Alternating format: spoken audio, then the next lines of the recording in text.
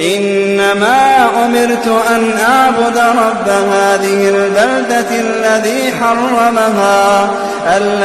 حرمها وله كل شيء، وأمرت أن أكون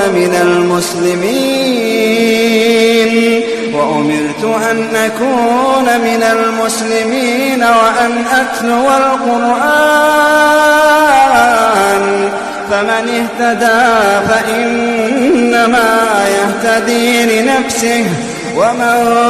ضل فقل إنما أنا من المنذرين،